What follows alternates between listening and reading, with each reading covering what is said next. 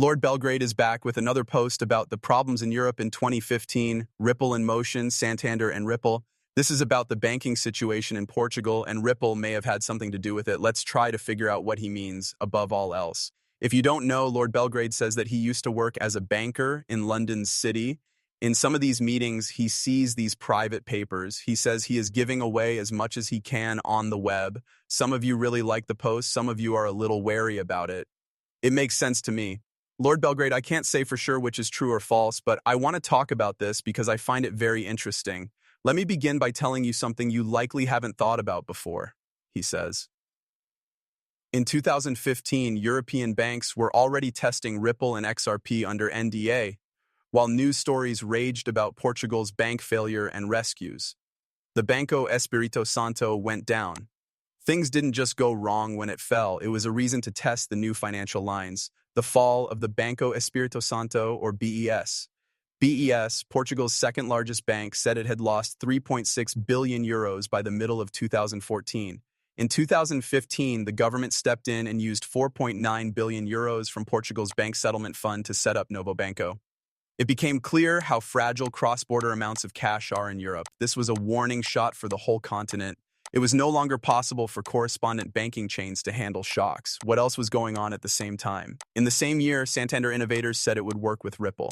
That is, neither retail crypto hype nor speculative talk. On the inside, it was called a liquidity corridor evaluation that was in line with Basel III liquidity guidelines. That's exactly what I saw written on a secret deck. Technical proof from the NDA's simulations of liquidity corridors. There were tests done by RippleNet on the Euro-Brazilian Reality Think BRL and Europe Great British Pound channels compared to Basel III liquidity coverage ratios, or LCR.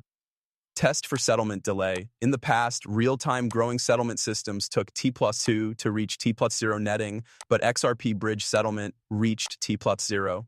If you don't know what this means, it means that it used to take T+2 days to sell a stock, bond, or other similar thing.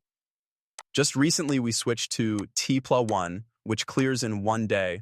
All of this will lead to the same date or quick settlement when it comes to tokenizing financial assets, right? That's what they're working toward, T+ situation with no stress. In Greece, Ripple was tested in times of trouble, national spreads, and portrait goals to show that it could handle liquidity without favoring any one side. In no way was this an adventure. It was based on following rules. The language used in the deals tells the story. The neutral bridge assets of Portugal are equal to XRP. Cross-border liquidity gaps that are in line with NSFR are the same as Ripple's corridors that meet Basel standards. What XRP was made to do is atomic settlement across troubled countries. This was kept in plain sight by looking like money for new ideas. And why Santander? Deep exposure to the Eurozone. Latin America, especially in Brazil, Mexico, and Argentina, being in charge. Depend on cross-currency routes that were not stable under Basel III. You could use Santander as a stand-in to test XRP as a global cash rail, the plot that no one talks about. What caused BES to fail? Was it just bad management, which means this is the Banco Espírito Santo. It also asks if the fall of BES was due to bad management or if it was a planned sacrifice to make it okay to restructure Europe's cross-border funding framework. Notice that as soon as BES went down, Ripple pilots in Europe started speeding up. Random event? He says, I don't think so. I've also seen other In its 2016 draft, the European Banking Authority talks about settlement systems that are not based on correspondent models. The language is marked with Ripple's mark all over it. Secret Santander. The Ripple workshop says that test runs with XRP were done in secret and under an NDA, while the public story was about how efficient remittances were. Understanding the Order of Events 2014, the failure of Banco Espírito Santo shows how weak systems are in general. 2015 changes to loans. Portuguese banks now have to meet new funding requirements. 2015. Santander thinkers work with Ripple under non-disclosure agreements that talk about Basel III crisis regulation and a way to fix it. Most people think that Ripple's move into Europe was to bring new ideas to payments. In reality, it was about replacing a system that was already falling apart with liquidity lanes that were in line with Basel. The people saw a sure thing, the bank saw a chance, and Ripple was there to make a deal. Then he says, I will reveal excerpts from these NDAs, including their definitions, scope, clauses, and appendices, directly referring to Basel III. It will be clear that 2015 wasn't the year to try out crypto. That was the year banks started moving cash into neutral programmable passageways. That thread was really cool. Tell me what you think. Was a lot of this stuff done by Ripple? It seemed like Europe was purposely making things worse so they could implement this new plan. Some things we can't use with European payment systems or payment systems in general have been banned for decades. The SWIFT system has always been in charge, and it was fully protected. And it's hard to get money in and out of many places around the world. So SWIFT and these big banks never figured out how to level the playing field and lower some of these prices so that money could flow easily through these channels. Both Ripple and XRP, or all of these groups, will want to get to this point. As well as getting all of your money back, you were able to bring the price of that money down by 98 to 99%. Just think about how badly banks need that money right now. The bond market is in trouble on several countries right now, and banks are losing a lot of money.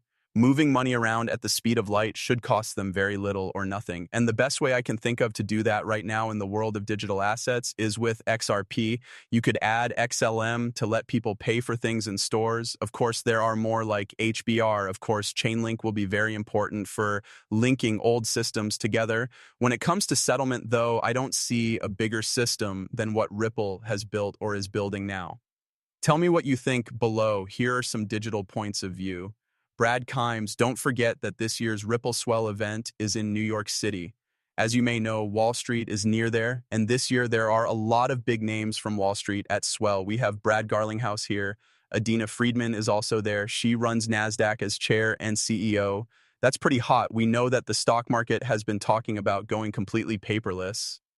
Tokenizing all of those goods would let people from around the world trade in the stock market as if they were tokenized shares of stock. You need to buy a full stock right now. For example, if someone doesn't have $450 or $500 to buy a Tesla or Nvidia stock, they can buy a quarter or half of the stock instead. If they don't have the money, they have to buy the whole stock. People can start putting money away for their future and retirement and not having to think of the whole thing. Think about putting money into real estate. Real estate tokenization lets you divide a property into as many pieces as you want. This lets people who don't have enough money for a full down payment buy in real estate and start making money every month by renting out the property. It will, I think, of course, Ripple and BNY are very close. They're in charge of $53 trillion.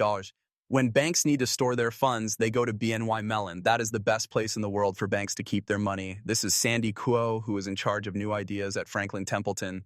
Ryan Rugg here. I played some of her videos. She works for Citi as the global head of digital assets and treasury trade solutions. Maxwell Stein is here. He works at BlackRock as a head of digital assets. You have BlackRock, Citi, the head of BlackRock, and the head of innovation at Franklin Templeton. There is the chair and CEO of NASDAQ and the chief innovation officer of BNY Mellon. Not just any group of people going to a cool event, right? Okay. The RLUSD has also been growing all over the world thanks to Ripple. It was recently that I told you about this with Ripple in Africa. To show you how these things are linked, Ripple is growing into Chipper Cash, Valor.com, and the Yellow Card app. To give you some background on these three companies, Chipper Cash has 5 million registered users as of mid-2025, making it one of the biggest and fastest growing digital payment platforms in Africa. They offer services in 21 African countries, such as money transfers, mobile bank payments, virtual cards, and investing in global stocks in small amounts. Their main business goal is to help individuals and small companies send money, make payments, and invest internationally at low costs. Oh, they've been getting bigger and bigger. I'm not going to talk about that much. Honor, it has 1.4 million users around the world, including 1,400 corporate and institutional clients. In terms of trade volume, it is the biggest cryptocurrency market in Africa. The RLUSD will now be on these sites. Few words are used to describe their goods. We don't need to talk about that a lot. Most of its users are in South Africa, but it keeps getting more users from other countries. Yellow Card. Man, whenever I hear the word Yellow Card, I think of the band Yellow Card. This was big when I was in high school. They liked the violin. It's likely that you have never heard of Yellow Card. Check it out on Spotify and let me know what you think. Yellow Card doesn't say how many clients it has, but it does cover 20 African countries and has its biggest first licensed stablecoin on an off-ramp in Africa. It says that they have 250 employees all over Africa and that Ripple is helping RLUSD grow. They also work together with Onafric, which used to be MFS Africa here in Africa.